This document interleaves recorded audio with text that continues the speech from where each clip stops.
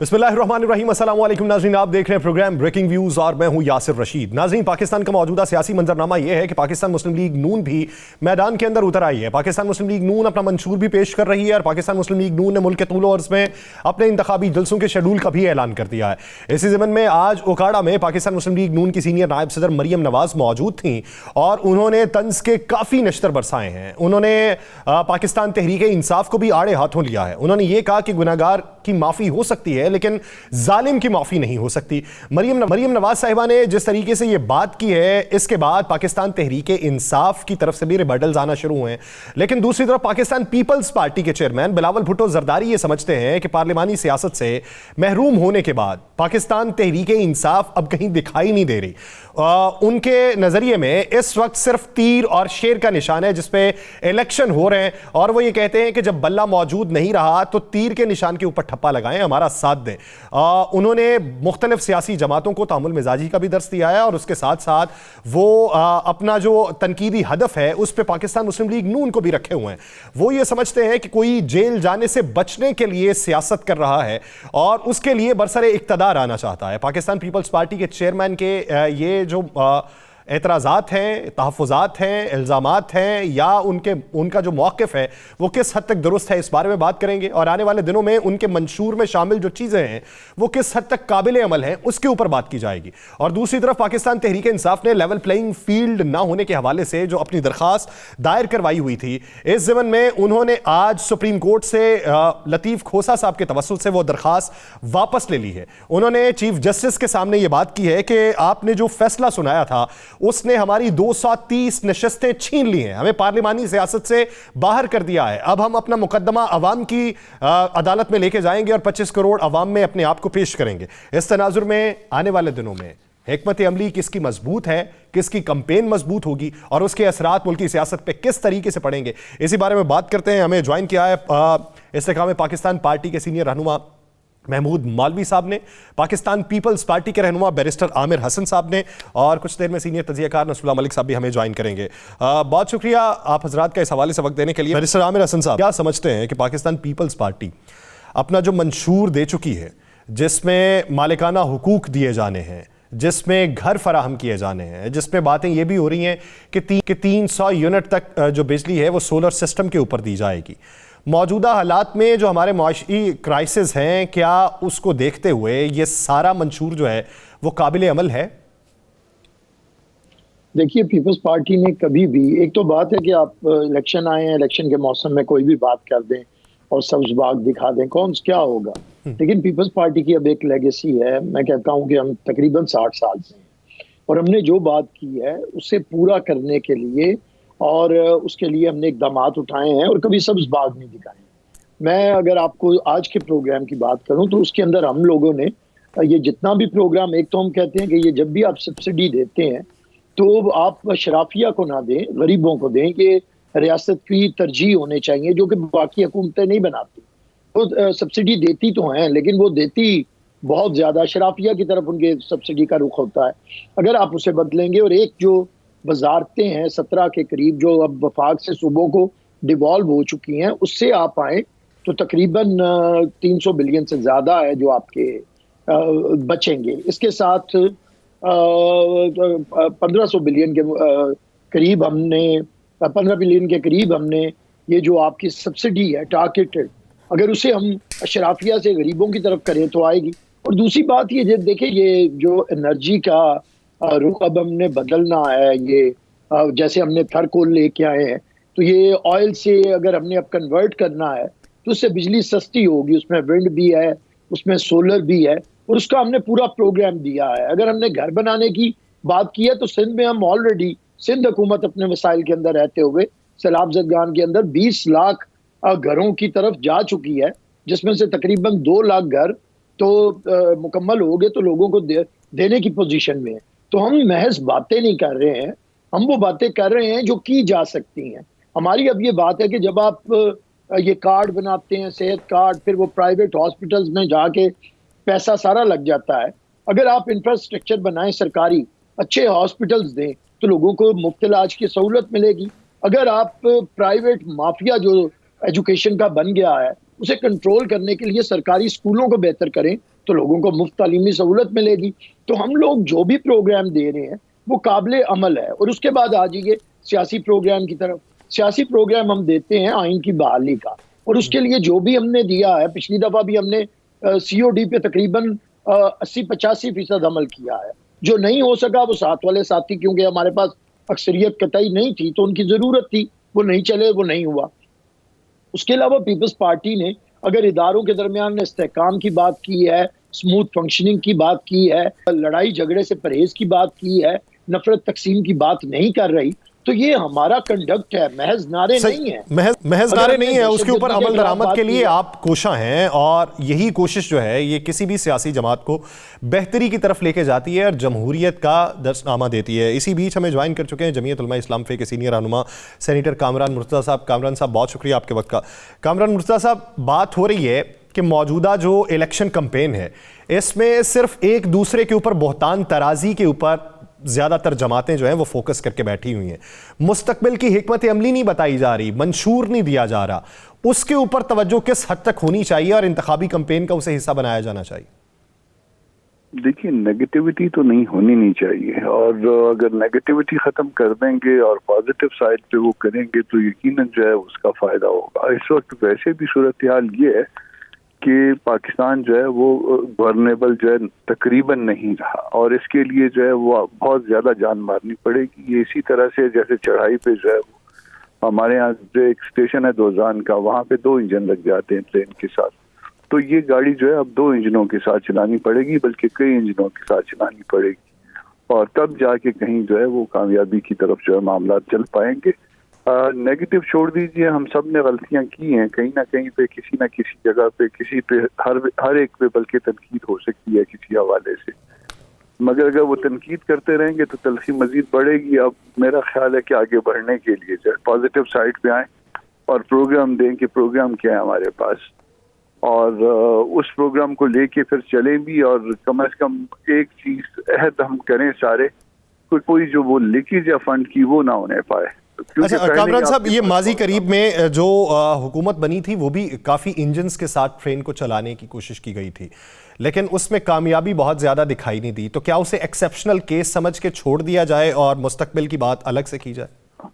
वो कामयाबी नहीं हुई, यकीनन मैं इस बात को तस्लीम करता हूँ कि उस तरह से कामयाबी नहीं हुई, मगर उससे पहले जो 3.5 साल गुजरे थे उसमें बहुत बड़ी जो है वो तबाही आई थी। आप मतलब एक चीज फर्ज करिए कि आपको 10 रुपए की बेचती है और आप उसको 5 रुपए की बेचना शुरू कर दें, और पाकिस्तान जैसे मुल्क में तो फिर जहाँ पे कोई आपके पास वसाइल ना हो और मसाइल ज्यादा हो तो उसका अल्टीमेट नतीजा निकलेगा। उस हुकूमत की आप 1-2 कामयाबियां सिर्फ समझ सकते हैं।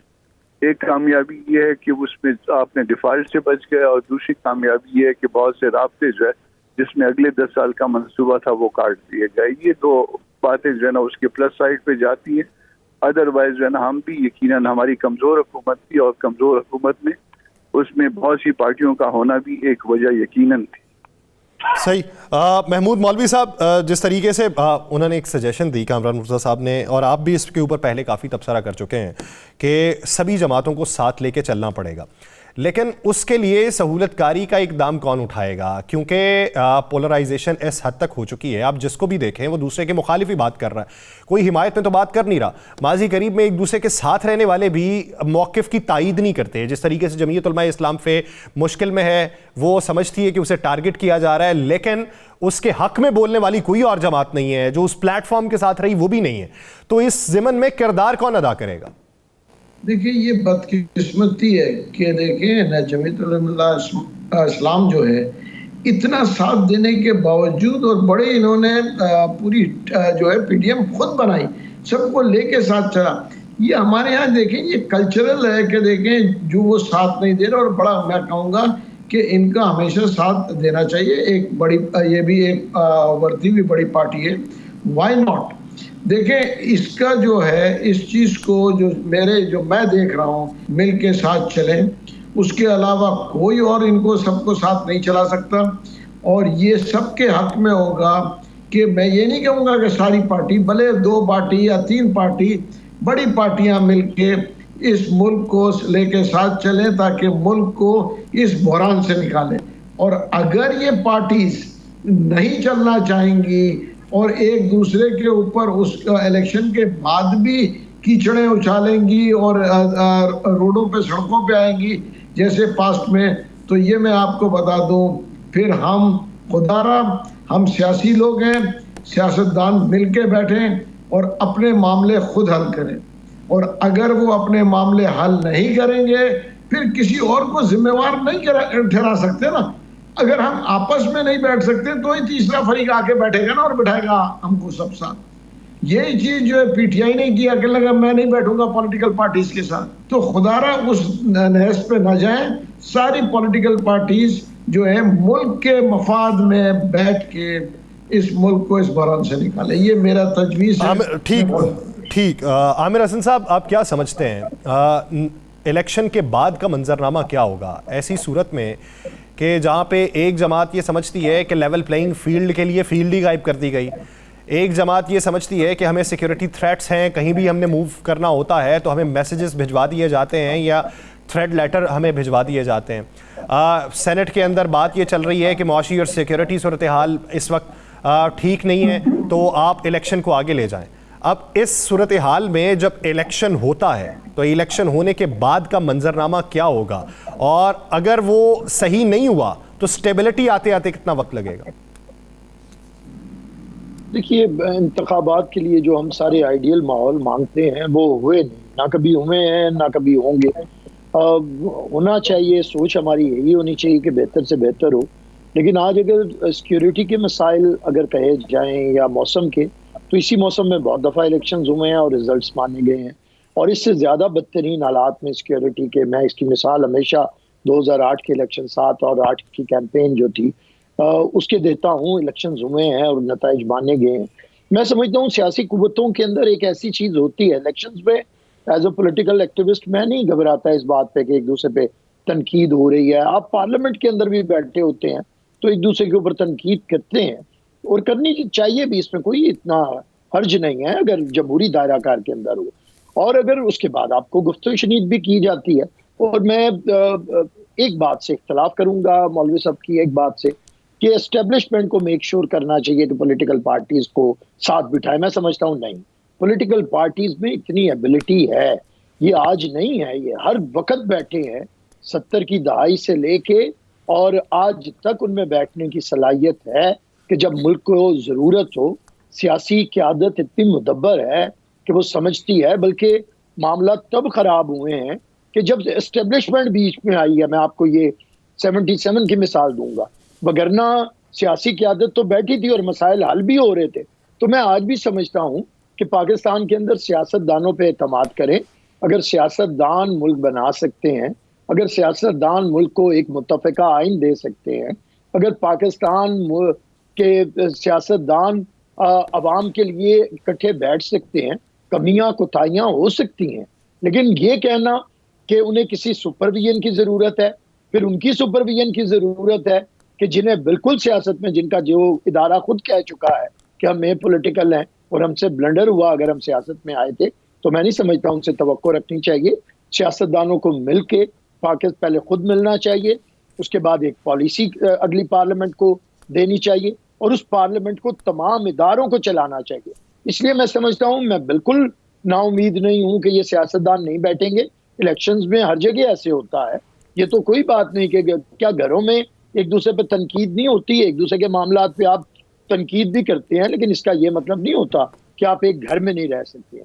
इसी तरह ये तो सियासी जमातें हैं, मुख्तलिफ प्रोग्राम के ऊपर इत्तफाक होगा नहीं होगा, एक दूसरे के ऊपर मंशूर के ऊपर तनकीद भी होगी, लेकिन इसका मतलब ये नहीं है कि सियासी जमातें बैठेंगी नहीं। बैठती रही हैं, बैठती हैं और बैठेंगी। मैं समझता हूँ कि आने वाली असेंबली, आने वाली हुकूमत इंशाल्लाह चलेगी। शुकूक व शुबात के बावजूद कुछ खराबियां हुई हैं, कुछ खराबियां ऐसी भी हैं कि कुछ चले इदारों की तरफ से अगर मैं कहूँ कि कोई गलतियां हो सकती हैं तो खुद किसी सियासी जमात की तरफ से भी रही होंगी कि उसने भी इदारों के साथ ऐसे मामला किए हैं। तो इसके बावजूद मैं बड़ा उम्मीद रखता हूँ कि तमाम सियासी, अभी तो मौलवी साहब कह रहे थे कि पीपल्स पार्टी और नून लीग का इत्तेहाद, मैं तो ये समझता हूँ कि पीपल्स पार्टी में ये सलाहियत है कि जितनी जमातें बशमूल आज़ाद उम्मीदवार आएंगे पीपल्स पार्टी उन सबको इकट्ठा चलाने की सलाहियत रखती है और इंशाल्लाह ऐसा होगा।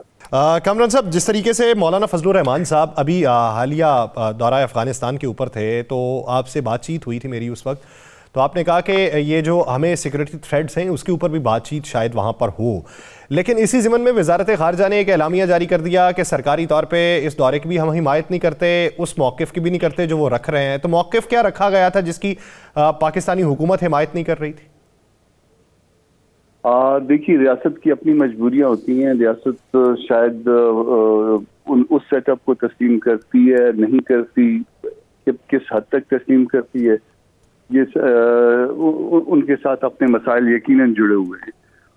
जो बातें कोई प्राइवेट लोग कर सकते हैं या कोई पॉलिटिकल पार्टी कर सकती है, मुमकिन है कि रियासत उसको बज़ाहिर ओन न करे, मगर ये बात हकीकत है कि हम मौलाना साहब का जाना जो था वो रियासत को एतमाद में लेने के बाद था। अब उसको आपका फॉरेन ऑफिस माने या ना माने, कम से कम रियासत के इल्म में था कि हम जा रहे हैं, सारा कुछ जो है उनके इल्म के मुताबिक हुआ है। अब जो बातचीत है जाहिर है वो भी कहीं ना कहीं पे शेयर हुई होगी, और ऐसा मुमकिन नहीं है कि उसको जो है ना वो हमने छुपाया हो, या क्योंकि जब दो मुल्कों की बात होती है, आप दूसरे मुल्क में जाते हैं तो आप एक पाकिस्तानी के तौर पे जाते हैं, एक पॉलिटिकल पार्टी के तौर पे नहीं जाते। तो एक पाकिस्तानी के तौर पे मौलाना ने बात की, और जो अपने कंसर्न थे, इस मुल्क के कंसर्न थे, वो यकीनन ज़ेरे गौर आए, और इसके नताज मैं समझता हूँ कि कुछ न कुछ अच्छे निकलेंगे। तो आप समझते हैं कि माजी करीब के अंदर आप लोगों को जो तहफ़्फ़ुज़ात थे और जो थ्रेट्स थे उनमें भी कमी वाक़ई हो सकती है, क्योंकि बकौल आपके इन इशूज़ के ऊपर भी बात होना थी? मैंने उसको एक पॉलिटिकल वर्कर के तौर पे देखा था। मैंने इंफॉर्मेशन बेस्ड बात नहीं थी, मैंने उस वक्त भी इसको क्लियर किया था। अब भी मैं जो है वो आपको क्योंकि दुरुस्त जो पिक्चर जो है वो मौलाना खुद दे सकते हैं या उनकी इजाज़त से कोई दूसरे साथी दे सकेंगे जो साथ थे, मगर बहरहाल मैं एक पॉलिटिकल वर्कर के तौर पे समझता हूँ कि ये मामला जो है वो ठीक हो। मामला ठीक होंगे, उम्मीद करते हैं कि पाकिस्तान में बेहतरी का मंजरनामा रोशन हो सके। इश्यूज़ के ऊपर मजीद बात की जाएगी। पाकिस्तान मुस्लिम लीग नून के रहनुमा राना एहसान अफजल भी हमें ज्वाइन करेंगे, कहीं नहीं जाएगा, स्टे विद अस।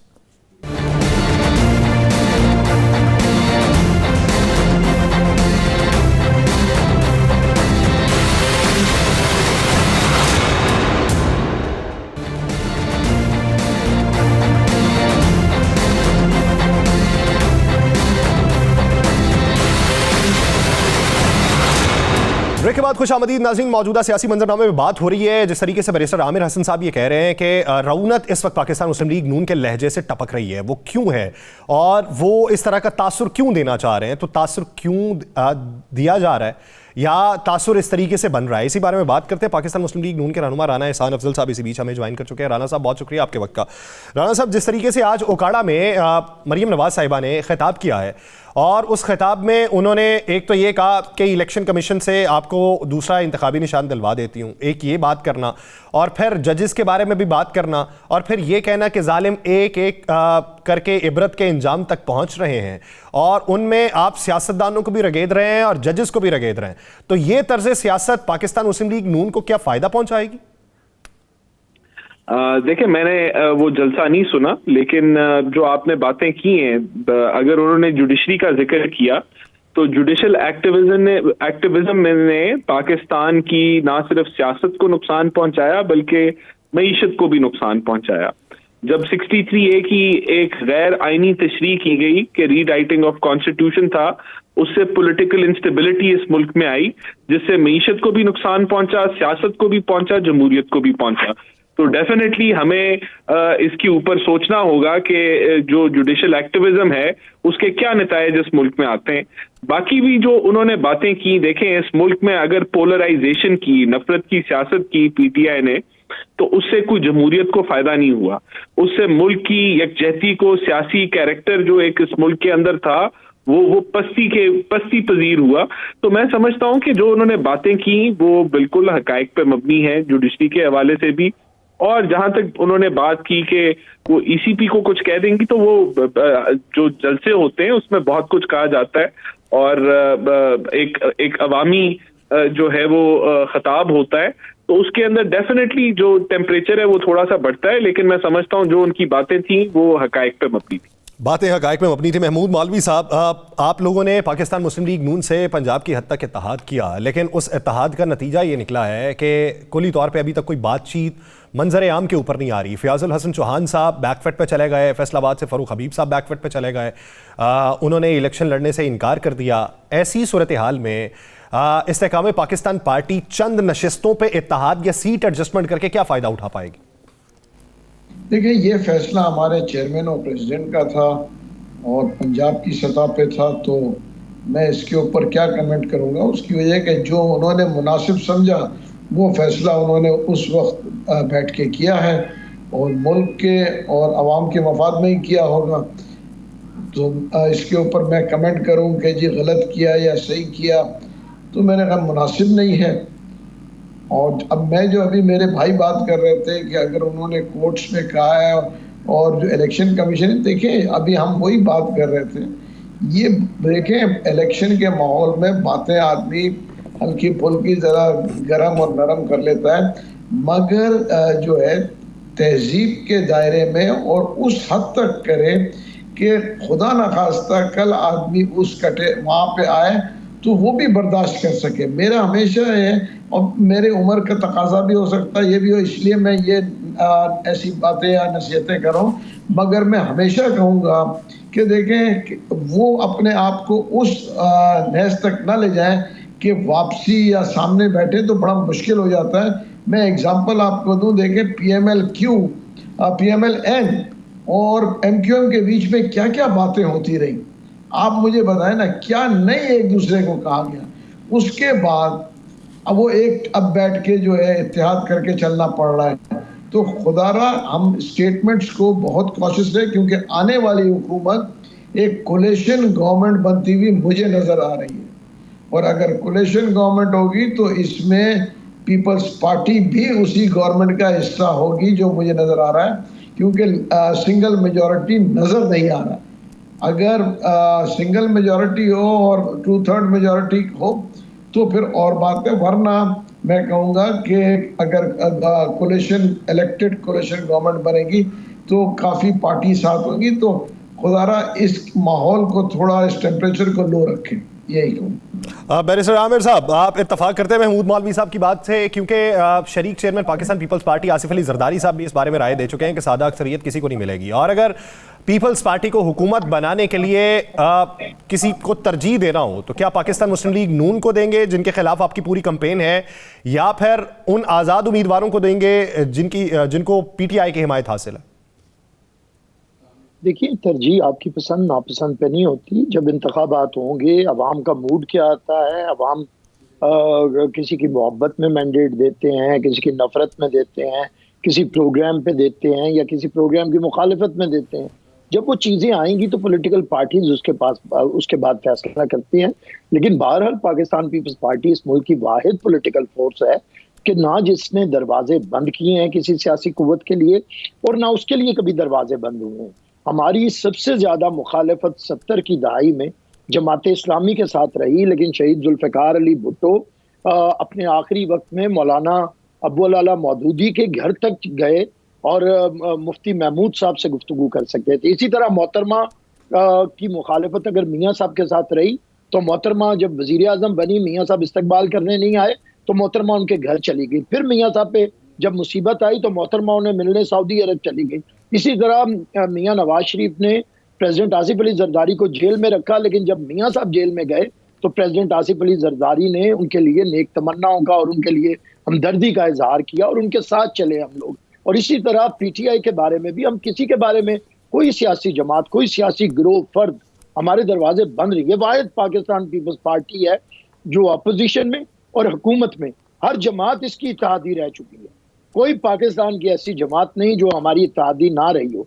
तो इसलिए हम समझते हैं कि हमें ये मुफाहमत का एक अल्लाह ताला की दी हुई सलाहियत है हमारे अंदर, जिसे हम बरूए कार लाते हैं मुल्क के लिए। इसलिए जब इलेक्शंस होंगे, क्या मैंडेट मिलेगा, हम उसके मुताबिक, इसीलिए हमारी जुबानें आज भी इस किस्म की नहीं है कि कल को हम शर्मिंदा हों कि मैं लटका दूंगा, उसे फांसी पे लटकाऊंगा, उसे घसीटूंगा। हमने कभी नहीं कहा, इसलिए हमें शर्मिंदा नहीं होना पड़ता। तो मैं समझता हूँ बिल्कुल माहौल को अच्छा रखना चाहिए। लेकिन उसके साथ साथ एक और बात है, देखिए मैंने फिर ये सवाल करूंगा कि अगर बातें आप अपना प्रोग्राम दें, लेकिन अगर आप ये कहें कि जज हमारी वजह से रिजाइन करके जा रहे हैं, अगर आप ये कहें कि मैं चाहूं तो किसी को सिंबल दिलवा सकता हूं और किसी से छीन सकता हूं, अगर मैं ये कहूं कि किसी के पास डंडा था या उसका निशान डंडा था, तो हमें पता है निशान क्या था, कल वो किसी के पास था, आज वो किसी के पास है, वो सबको पता है, वो कहने की जरूरत नहीं, हम तो इस तानाजनी में नहीं जाते। फिर एक सवाल आज किया गया मुस्लिम लीग नून के जलसे में कि बताएं मियां नवाज शरीफ के दौर में रोटी सस्ती थी? जी हाँ जी।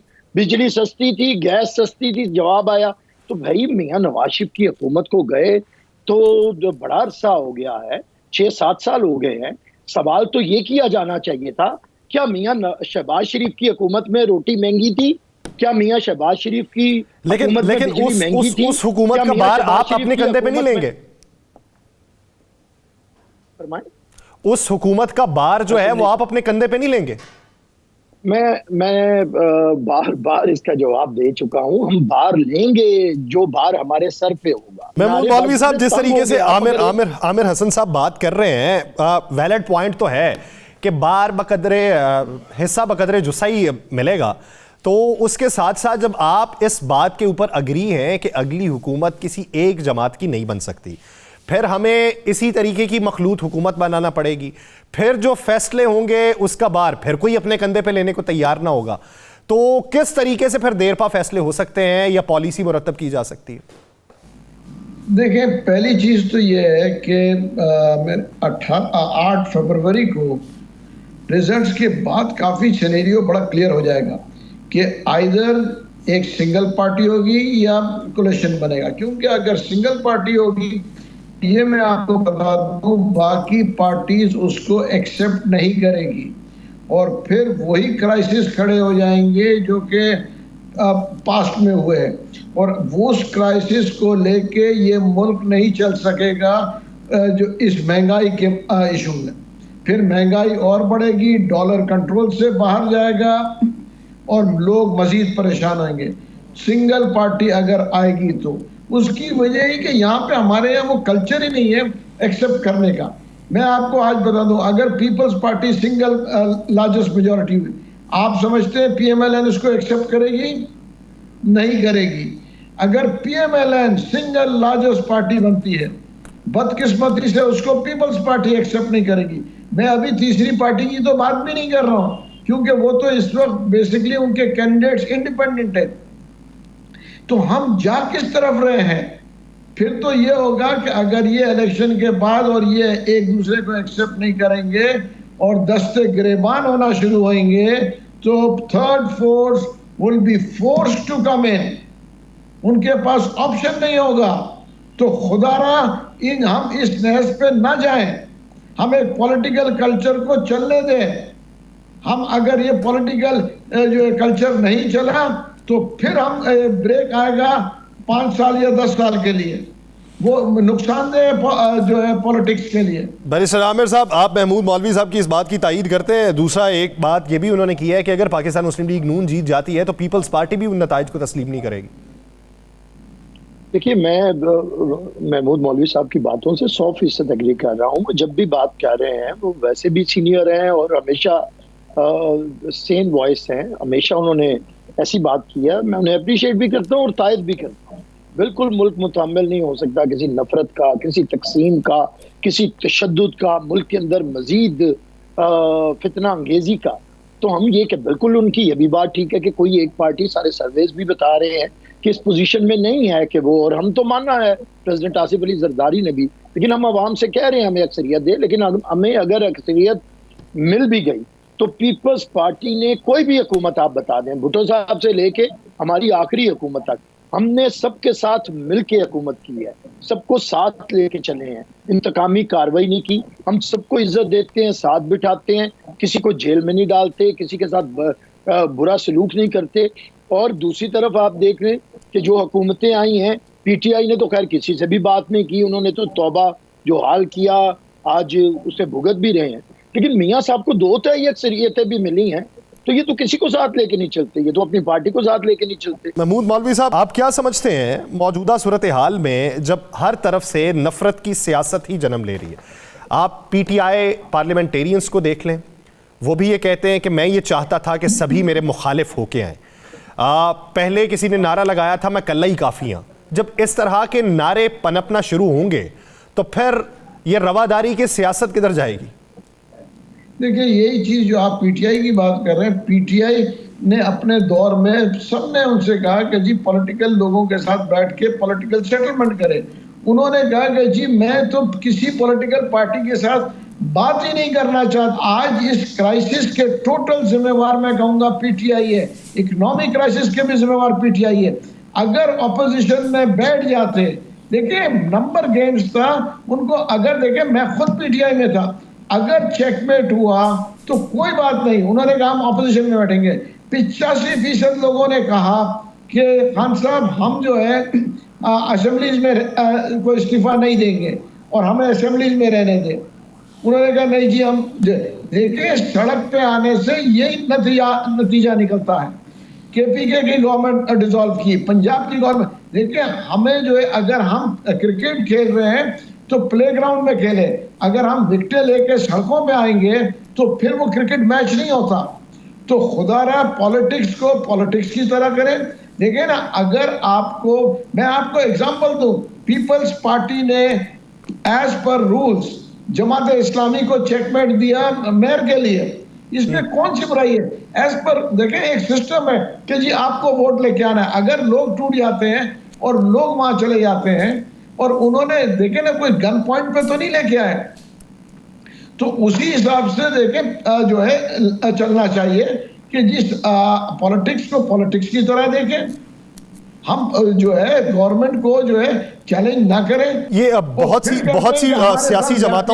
सियासी जमातों ने अब वतीरा बना लिया माजी करीब से लेके कि उन्हें लगता है कि इदारों के खिलाफ सियासत जो है वो अवाम में उन्हें मकबूलियत की मेराज तक पहुंचाती है। लेकिन ये तर्ज सियासत जो है ये वक्ती तौर पे फ़ायदा देगा, लेकिन कितने लंबे अरसे का नुकसान देगा, इसी पे बात होगी। एक शॉर्ट ब्रेक के बाद कहीं नहीं जाइएगा, स्टे विद अस।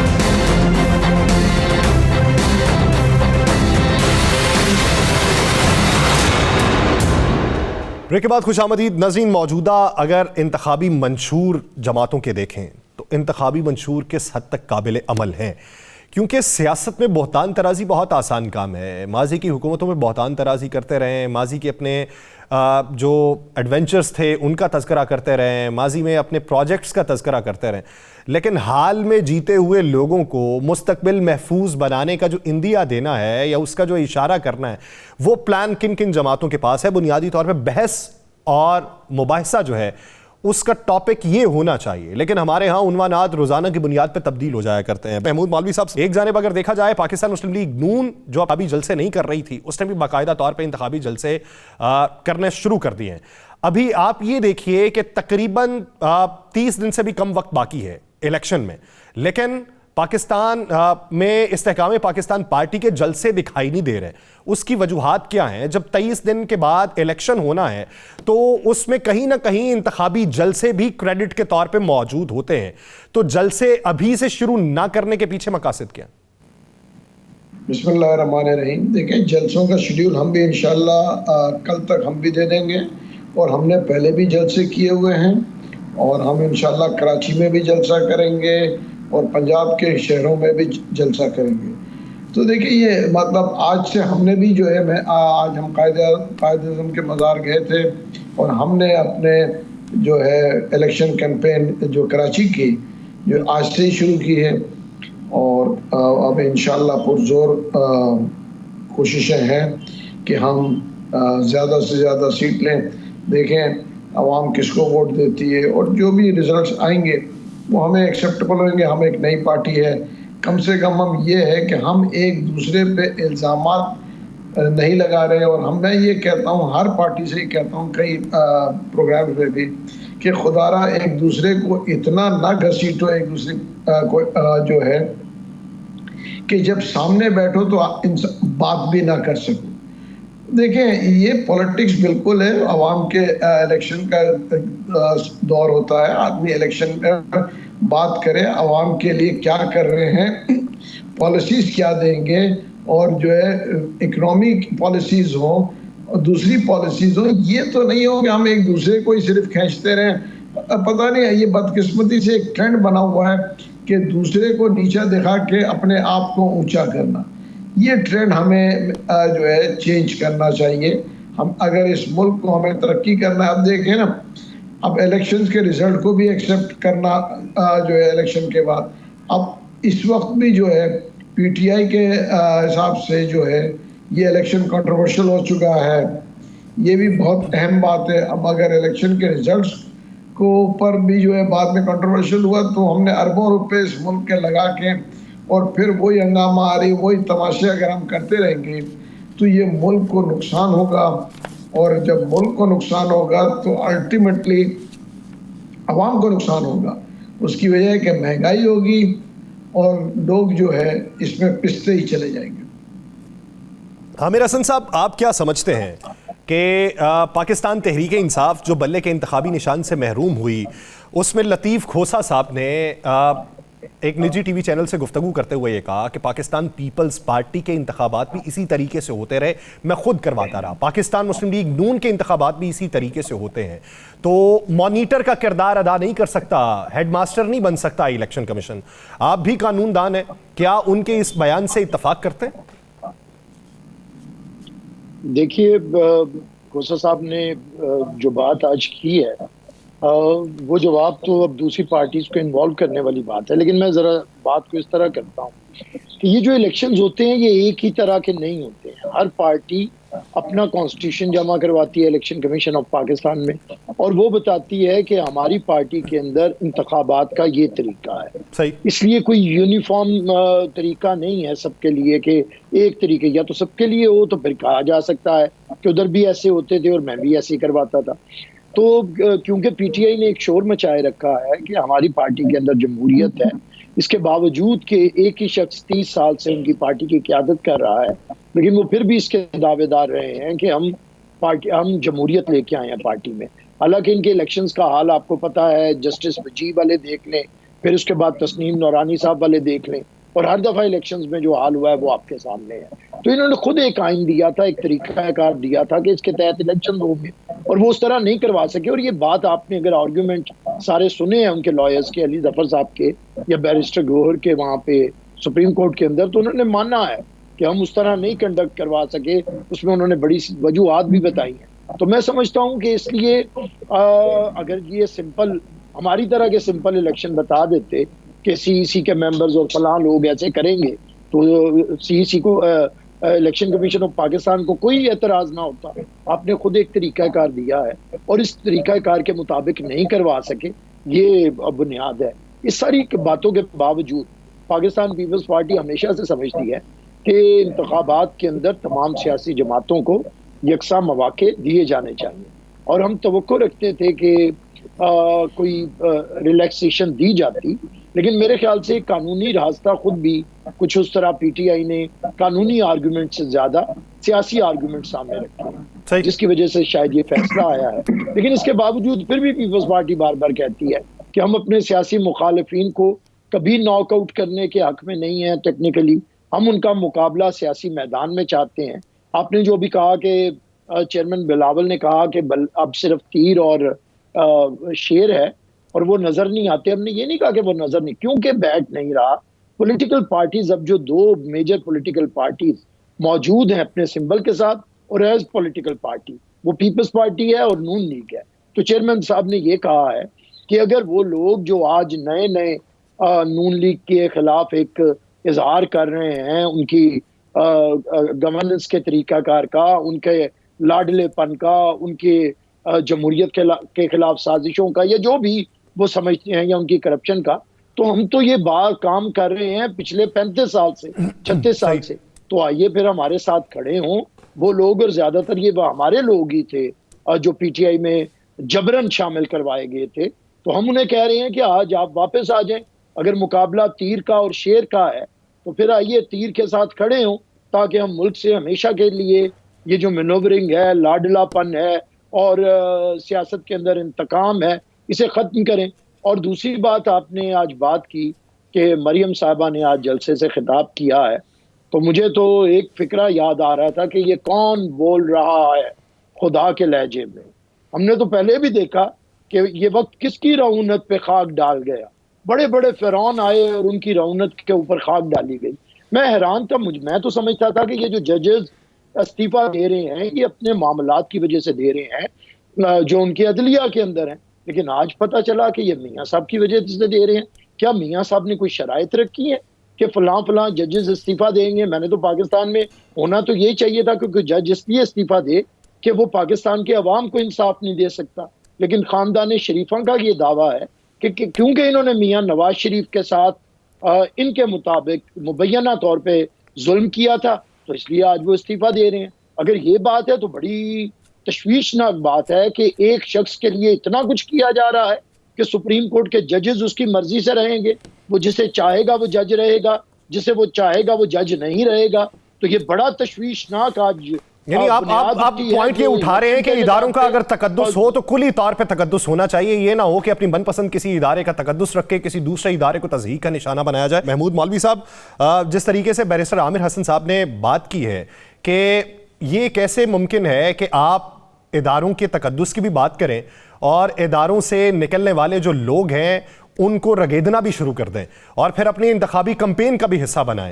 ये जो तर्ज सियासत पिछले कुछ अरसे में मुतारिफ हुआ है, बिलखुसूस पंजाब के अंदर, तो ये मुस्तकबिल पे जाके क्या असरात डालेगा?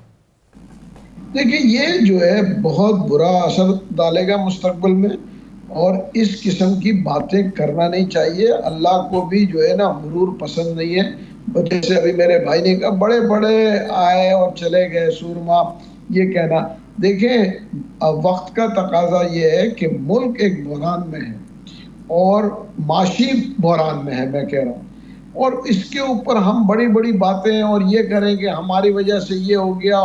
देखिए, ये जो है नामुनासिब बात है और मैं कहूँगा कि ये होना नहीं चाहिए। उसकी वजह ये है जी, बिल्कुल PMLN, पीपल्स पार्टी और मैं कहूँगा PTI भी, ये तीन बड़ी पार्टीज हैं। उसके बाद दूसरी पार्टीज भी हैं, मगर अगर ये तीन बड़ी पार्टीज एक दूसरे को, मैं आपको कहूँगा ख़ास तौर पे मैं ये दो बड़ी पार्टीज की बात करूँगा, PMLN और पीपल्स पार्टी फिलहाल, अगर ये एक दूसरे को इस तरह तनकीद करते रहेंगे और एक दूसरे पे इतनी कीचड़ें उछालेंगे तो ये मुल्क के मफाद में अच्छा नहीं है और ना आवाम के मफाद में अच्छा है।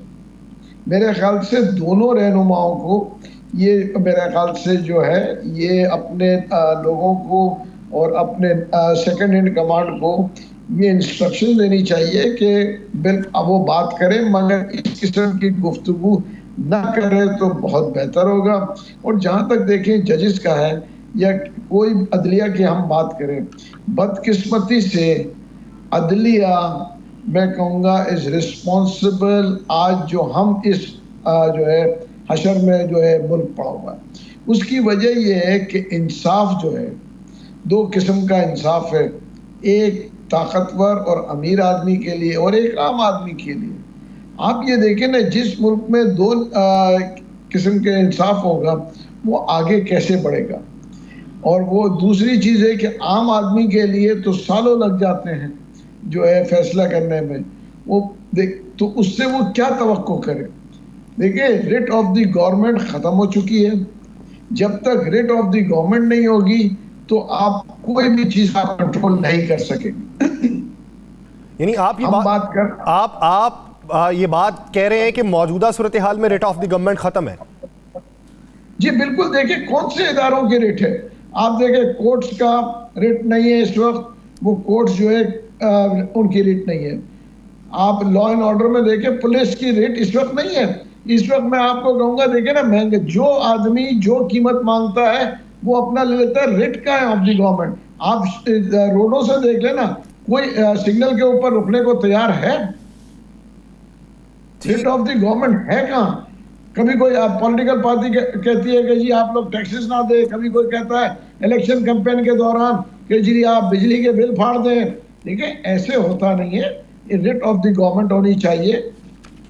अगर हमें ये मुल्क को आगे लेके चलना है, अगर यहीं पे इसको जो है रिंग के चलाना है, तो फिर तो ये अग्रीएबल है। मगर अगर हमें इसको तरक्की करना है तो रिट ऑफ द गवर्नमेंट होनी चाहिए और इंसाफ जो है सबके लिए एक बराबर होना चाहिए। अच्छा, चीजें मैं आपकी तरफ महमूद मौलवी साहब दोबारा आता हूँ। आमिर हसन साहब, अगर देखा जाए तो मरीम नवाज साहिबा ने आज ये कहा है पाकिस्तान तहरीक इंसाफ वालों को कि तुम लोगों का इंतखाबी निशान बल्ला नहीं डंडा था, और अगर तुम लोग कहो तो मैं इलेक्शन कमीशन से बात करवा के वो दिलवा देती हूँ। अब इस तरीके से अगर आप मैसेज दें तो फिर वो एक सिनेरियो ये बनता है कि शायद आप लोगों की बात चल रही है। देखिए वो तासुर देना चाह रहे हैं। जिस तरह उन्होंने सिर्फ ये 20 रोज़ा इंतखाबी मुहिम आज शुरू की है, और उसमें भी जो उनके वज़ीर आज़म के दोनों उम्मीदवार उनके घर से हो सकते हैं, वो नहीं चला रहे हैं। उन्होंने बताया है कि अवाम की तरफ आने का हमारा कोई इतना नहीं है, ज़रूरत नहीं है, हमारी बात जैसे वो कहते हैं साड़ी गल हो गई है। देखिए मैं समझता हूँ, मैं महमूद मौलवी साहब की इस बात से एग्री करता हूँ कि कभी भी सियासी जमातों को ज़ुबान दराजी में या एक दूसरे के ऊपर इल्ज़ामात या तानाज़नी में इस सतह तक नहीं आना चाहिए कि बाद में आप एक दूसरे का सामना ना कर सकें। इसलिए पाकिस्तान पीपल्स पार्टी की तारीख गवाह है कि हमने किसी के बारे में ऐसी ज़ुबान इस्तेमाल नहीं की कि कल को हमें वो अल्फाज वापस लेने पड़े। कभी हमने किसी के बारे में बदजुबानी नहीं की, घटिया प्रोपेगेंडा नहीं किया, किसी को ये नहीं कहा घसीटेंगे, फांसी लगाएंगे, मार देंगे कि बाद में हमें वो बयानात वापस लेने पड़े और शर्मिंदगी हो। हम आज भी जो कह रहे हैं, और हमारी पीपल्स पार्टी की जो कैंपेन की बुनियाद है वो ये है कि हमारा मुकाबला किसी सियासी जमात से नहीं है। हमारा मुकाबला है महंगाई से, बेरोजगारी से, गुर्बत से, नफरत से, तकसीम से, तशद्दुद से, दहशतगर्दी से, जहालत से, और हम उसके खिलाफ, यही हमारा मंशूर है बुनियादी, यही हम कर रहे हैं। लेकिन एक बात बुनियादी है कि हम जब भी बात करते हैं, अब आप जाहिर है इलेक्शंस पे हैं, आप पॉलिसीज के ऊपर कर सकते हैं कि भाई मेरी पॉलिसीज ये है, मैं टारगेटेड सब्सिडी तगड़ों को नहीं दूंगा, मैं आवाम की मेजॉरिटी को दूंगा, मैं लोगों की तनख्वाहें बढ़ाऊंगा, डबल करूंगा, मैं मुल्क के लोगों को मुफ्त तालीम और मुफ्त इलाज दूंगा, मैं मुल्क के अंदर नौजवानों को उनके हकूक दूंगा, उनके लिए काम। तो ये आप कर सकते हैं। और दूसरे पे ये तनकीद कर सकते हैं कि आपने हेल्थ को इग्नोर करके, एजुकेशन को इग्नोर करके सिर्फ रोड इंफ्रास्ट्रक्चर के ऊपर ज्यादा सरमाया लगा दिया। हालांकि रोड तो फिर हर 4 साल के बाद आपको बनाने पड़ते हैं, लेकिन अगर आप हेल्थ में और एजुकेशन में इन्वेस्ट करेंगे तो ये आप अपने आने वाले दहाइयों और सदियों पे इन्वेस्ट करते हैं। तो ये हम सिर्फ इस पे तो बहस होनी चाहिए। लेकिन आज फिर आए कि हम एक अरसे से कैंपेन कर रहे हैं। चेयरमैन साहब को तकरीबन 2 महीने से ज्यादा का अरसा हो गया है, अवाम के दरमियान हर सूबे में वो गए हैं, लेकिन उन्होंने बिलो द बेल्ट बात नहीं की, उन्होंने ये तानाजनी नहीं दी। जब से पीटीआई तकलीफ में है, हमने उन्हें ताने नहीं दिए, ना जेल में जाने के, ना ये कहा है कि आज तुम्हारे साथ क्या हाल हो रहा है, ना हम इस तरह की। हमने तो इन्हें भी नहीं कहा था जो हमारे साथ इतना जुल्म करते थे। मियाँ साहब जेल में गए, हमने इन्हें सपोर्ट किया। अब ये लास्ट टाइम मियाँ साहब जेल में गए तो चेयरमैन साहब उन्हें जेल में मिलने गए और बीमारी की वजह से उनका मुतालबा किया कि इन्हें इलाज की सहूलतें जैसे वो चाहें वैसे दी जाएं। तो मैं समझता हूँ आज जिस किस्म का लहजा था, मेरे लिए बड़ा तकलीफ दे था। बहुत शुक्रिया तमाम मेहमानाने गिरामी का, महमूद मौलवी साहब, सेनेटर कामरान मुर्तज़ा साहब, बैरिस्टर आमिर हसन साहब, इस हवाले से अपना वक्त देने के लिए। नाज़रीन, इस उम्मीद के साथ कि पाकिस्तान में हालात बेहतर हों और एक दिन सूरज ऐसा तुलू हो जो अमन आश्ती की किरणों को लेकर ज़मीन पर उतले और ये ज़मीन जो है वो उस दिन सोना उगले। प्रोग्राम का वक्त ख़त्म हुआ जाता है। अपना बहुत सा ख्याल रखिएगा। मुलाकात होगी कल। अल्लाह निगहबान।